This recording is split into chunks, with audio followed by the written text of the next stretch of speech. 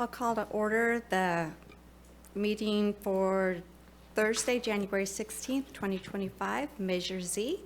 Join me for the flag salute. I pledge allegiance to the flag of the United States of America and to the republic for which it stands, one nation, under God, indivisible, with liberty and justice for all.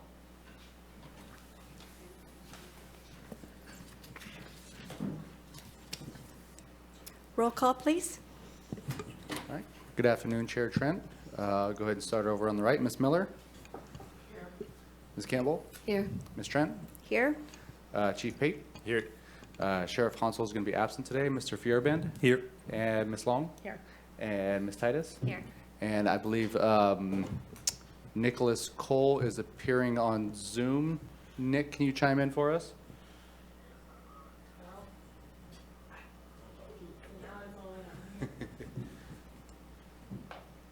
We got some technical issues to make sure that his audio can come through. I could hear him.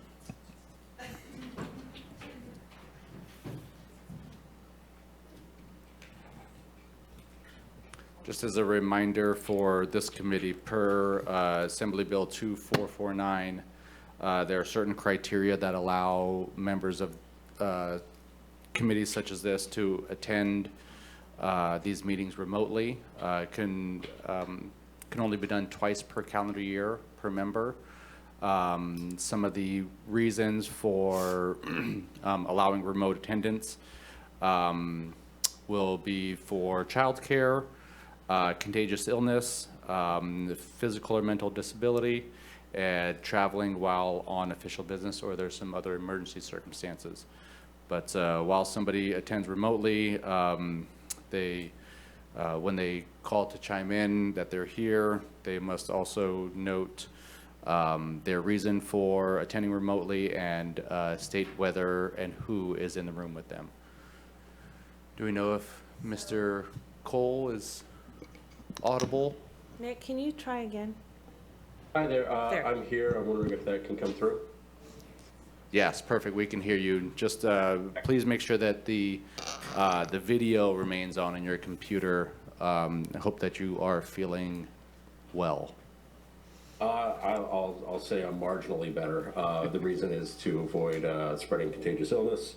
There are no other adults over 18 in the building. Okay, thank you. Okay, do we have any modifications to the agenda?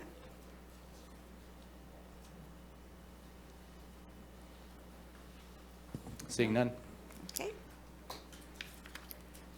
Next is approval of the November 14th, 2024 action summary. I'll make that motion.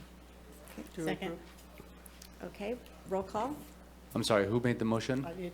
Miller. Okay, thank you. We have to do a roll call because we have a member on Zoom. Yes. All right, so Ms. Miller? Yes. Ms. Campbell? Yes. Ms. Trent? Yes. Chief Pate? Yes. Mr. Feuerbend? Yes. Ms. Long? Yes. And Mr. Cole? Yes. Thank you, motion passes. Okay. Public comment. Anybody in the public have a comment on a non-agenda item? Do we have anybody on Zoom? Thank you, Chair Trent. There is no one on Zoom. Okay. So the next one would be County Administration Office updates. Sure, just a couple quick updates before we get on to the next item. In November, we presented to this committee some of our estimates for the amount of funding that's going to be available for 25-26. We've finalized that number and we're comfortable settling at $1.3 million even for the fiscal year 25-26 funding cycle. When we came in January, we had that number at about 1.25 million. We were being a little bit conservative back then just because there were still potentially some transactions that could take place as we went through the year-end closing process. But now that process is pretty much finalized, we feel pretty comfortable at settling at $1.3 million. Also note some committee appointment items. You'll notice that Mr. Bronkel is no longer on the committee. There was an item that came to the board on January 7th, thanking him and thanking Sean Robertson for their service. Mr. Bronkel was the at-large committee appointment. That his seat has been posted for vacancy. That committee appointment is scheduled to come back to the board on February 11th for reappointment. The appointee to that seat will be able to sit here at our meeting on the 27th. Just looking at the roster, the other at-large seat currently occupied by Ms. Long is up on the 20th. That will be posted for vacancy on the 28th, scheduled to be considered for appointment on February 25th. And after that, the appointee will be able to sit on this committee on the 27th. I'll just also note that the process for this year, as we go through the evaluation process to recommend funding, applications will be, as long as we can get the applications out by tomorrow, the applications will be due by February 14th, Friday. And typically, when this committee comes back, that first meeting, it's a meeting to just receive the applications and begin to ask some questions of folks. For scheduling reasons, we're ramping up our budget process right now. Staff would really prefer to begin the ranking process in earnest on the 27th. So the 14th, the applications will be received, and my goal is to get the applications to you all either digitally and or physically in the next couple days after that, hopefully by Wednesday. And that would give us all, or give you all at least a week to begin to review so that we can begin our filtering process and then ranking process on the 27th. But I wanted to talk to you all about that and see how you felt, if that's enough time. One of the reasons why I'm bringing this up is because we have relatively not as much money as we have had in the past. And so hopefully it won't be a huge evaluation process, but we are likely to see, 20 plus applications. We get about that amount every year regardless. So I just wanted to float that by you all and see if you have any big concerns about that. If so, we can certainly just stick to the normal process and receive things on the 27th and then begin ranking on the 6th. Any questions? Sue? I just remember last year was my first time coming for that meeting, and I thought it was kind of a waste of time to drive all the way in here, and everybody got together and we said, okay, we have this many applications, and we went home. It's kind of like, seemed like we could be more efficient doing it Sure. your way. Mm-hmm. I think that's enough time. If we Okay. get them a week. Okay, great. So we can just plan on that for the 27th. Be ready to start. I'll have my spreadsheet and we'll do all that fun stuff. And I also wanted to plant this seed, maybe not for big discussion today, but last year we began this 3-year funding process, right? We have a 3-year spending plan. $12.5 million a year is already spoken for. And then the process for this committee is to recommend what are we going to do with that available funding beyond that. Last year we had a substantial amount of funding. This year we don't. In the future, I imagine that we would have right around this amount of money every year. And so considering that, it might be worth talking about a streamlined process for recommending funding allocations, especially after this 3-year funding cycle is done, because this application process can take a lot of time. It can be strenuous. It can be people driving in from all over the place, driving in from Shelter Cove, and so it might be worth thinking about, maybe the committee setting priorities and saying, we want whatever service to be funded to X level with whatever funding we have, available each year. And if we go beyond that, go to the next service. Beyond that, we go to a next service, as opposed to an application process. Does that make sense? It's just something to think about. It could streamline the process. This committee has, we're going on 10 years now, and the committee has, there's an argument to be made that the committee has established its priorities as far as public safety is concerned. That's one of the reasons that the committee was formed, was to define public safety in light of this tax measure. And it's been 10 years, and this committee has done a lot of work to really define that. So it's just something to think about. We can talk about it at a future meeting, about maybe what that might look like if this committee is interested in moving more into more of a streamlined kind of operation around Measure Z. That's all the updates that I had today, Chair. Okay. Is there any questions from the committee? So the 1.3 doesn't include the established amount like for fire and the 2 ambulance companies, right? That's your mic on? No. I thought I have a big mouth. Okay, so the money, the 1.3 is not including the money that we set aside for fire and the ambulance companies, right? That's correct. That's the free floating, yeah, okay. Correct. Yeah, so fire is already, the fire chief's already designated to receive a little bit over $1 million in 25-26. Kamau Medical, a little bit over $300,000. And Star Ambulance down in 36 is getting about $127,000 off the bat without having to go through an application process this year. And so what we're talking about now is $1.3 million above and beyond that amount. Okay. Okay, we have 2 discussion items. The first one, discussion on receiving multiple applications from a single agency. So this is a continuation of a little bit of a discussion that your committee had in November.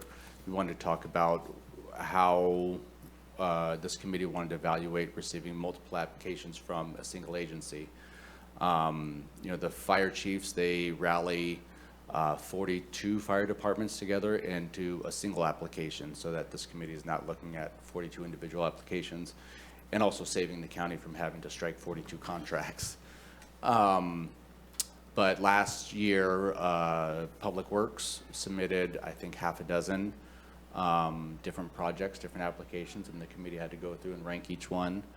And so that was kind of some of the table setting in the context for, does this committee want to have an agency submit one application for all of their projects, or are you still comfortable receiving several different applications from an individual agency for each individual project?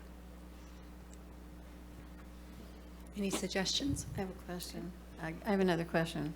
So now that Measure O has passed, anything that's in Measure Z on the other side that we don't see, is that going to be done away with for us? I mean, well, for the county to decide, or does that money come next year for Measure O? Are you talking about the brush cutting crew for Right. Public Works? Right. So we have to bring that to the Board of Supervisors Okay. and get some direction there on what they want to do with it. It's my understanding that, this committee has already made the kind of declaration that you want to see 70% go to the county, no more than 70% of the ongoing revenue go to the county, 30% for outside agencies. The brush cutting crew is part of that big bucket, that 70% bucket. And so I am assuming that that will be up to the board's purview on what to do with that 400,000 and change for the Public Works brush cutting crew. However, if this committee wants to voice an opinion on what you think should be done with that money, you are more than within your responsibilities and purview to do so. But you've already made a declaration that 70% should go to the county, and then 30% goes to outside agencies. Does that make sense? Does that track?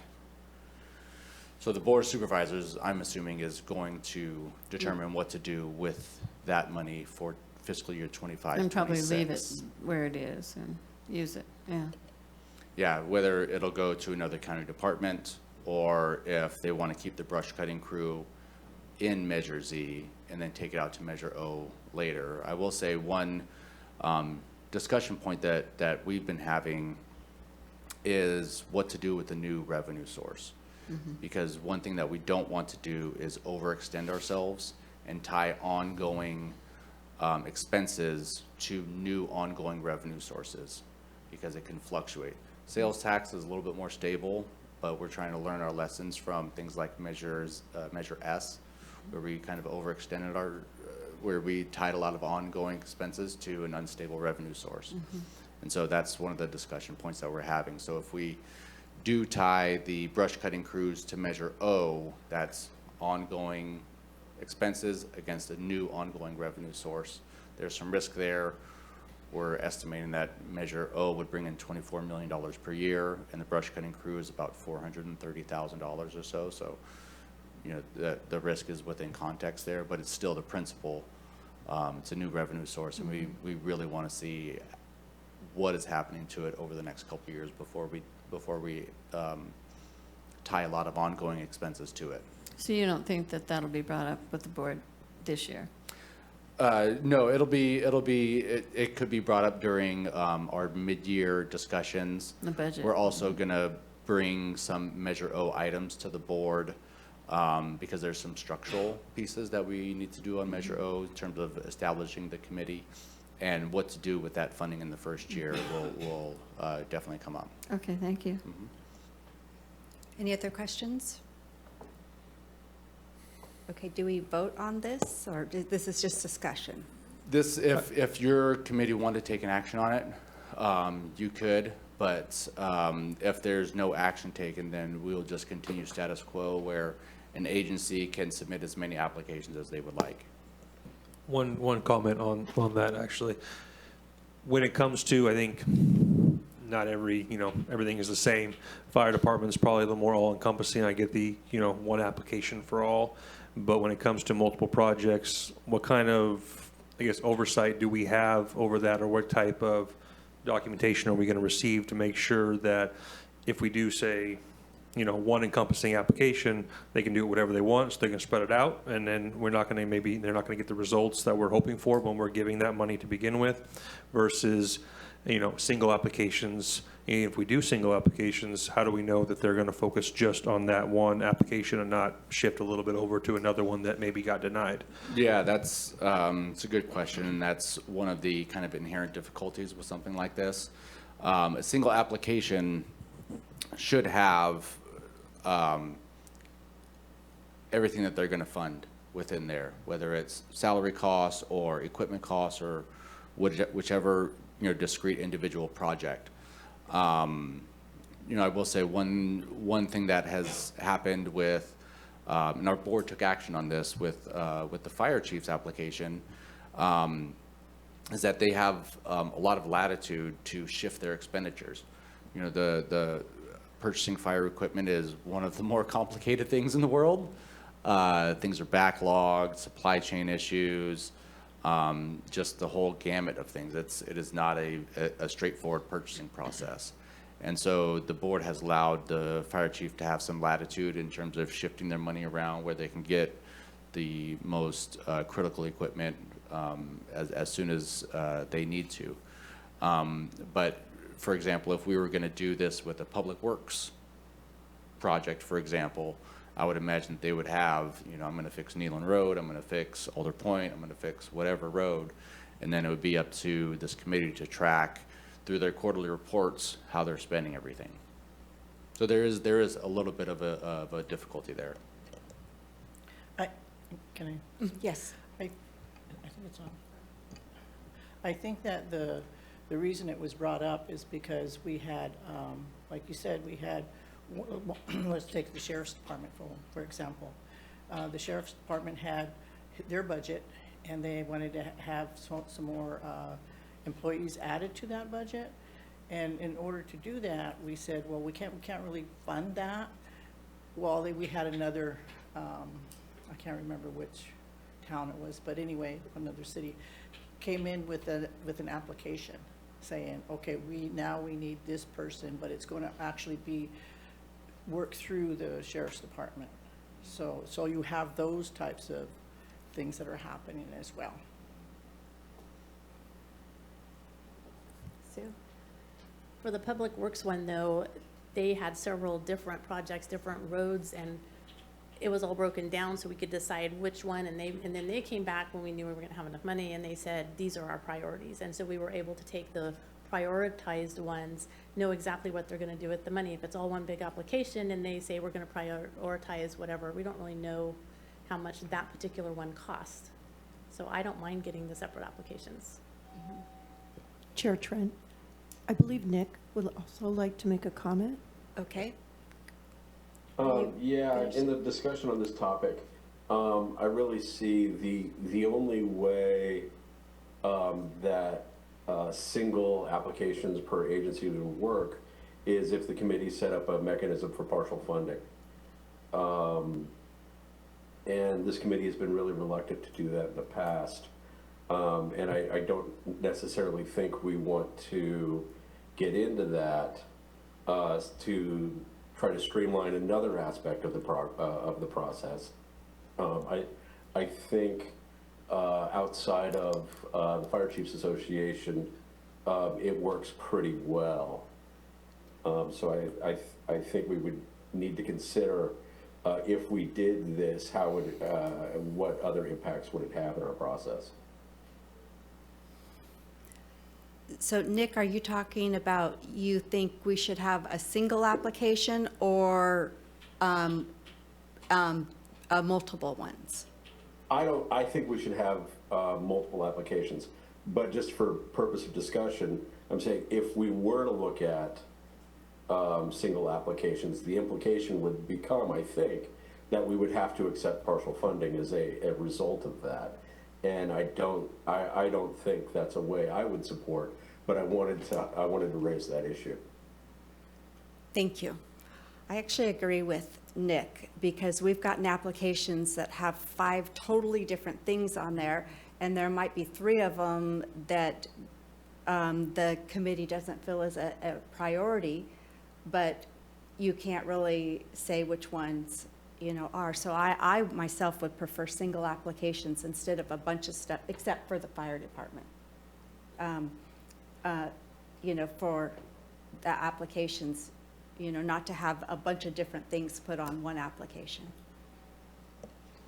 Okay, so if this committee takes no action, it'll just be status quo, and it'll continue in the process that we've had, where one agency can submit 4 different applications for each individual project.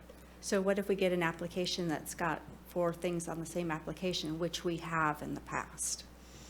Then that'll be part of the evaluation process that you all will have to go through, and some negotiation can go through with each individual applicant at that point.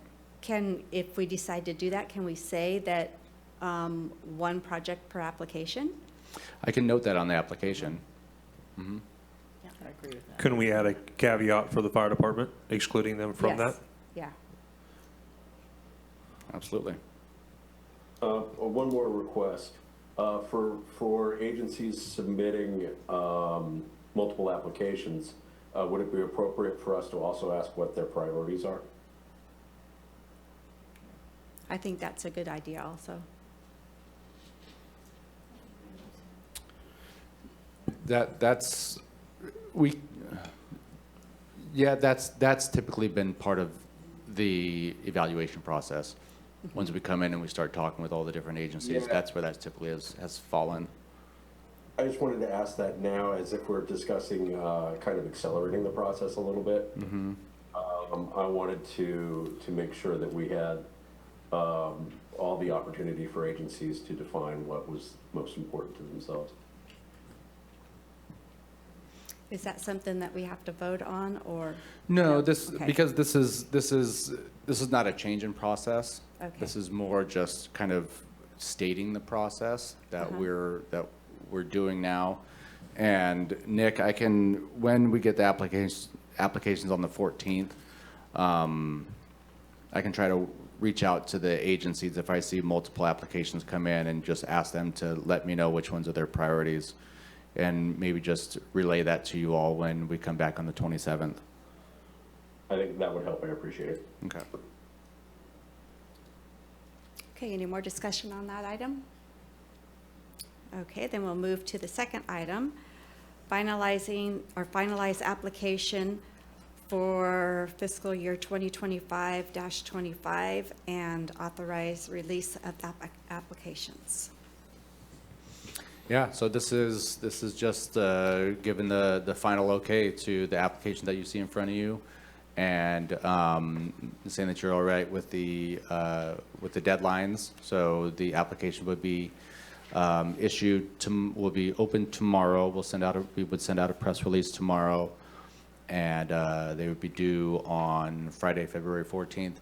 One thing I'll note is that the application that you have in front of you is kind of the document version, the physical version of it. We're doing some work just for ADA accommodations for this document. So the actual document that people fill out may look a little bit different from this, but it's in order to make sure that it's all ADA compliant. Sean, just the one thing, this says the 1.25 million estimate. Are we gonna make sure it says Yeah, 1.? I'll update those technical things if there's any typos or anything like that. Perfect. Hey, any other questions from the board on this one? Is everybody okay with it? And we can go out to public comment and take a vote and say. Okay. We have public comment on this item? There is no public Okay. request. Okay. Oh, and we probably need a motion. Okay, we have a motion? Also move. Second. Okay. Roll call? I'll start with Mr. Cole, Yes. Ms. Miller, Yes. Ms. Campbell, Yes. Ms. Trent, Yes. Chief Pape, Yes. Mr. Feuerband, Yes. and Ms. Long. Yes. Motion passes. Okay, is that it for the? That's all we had on the agenda for today, Chair. Okay, then meeting adjourned. I just had a question. When is the deadline date, we said? February 14th. 14th.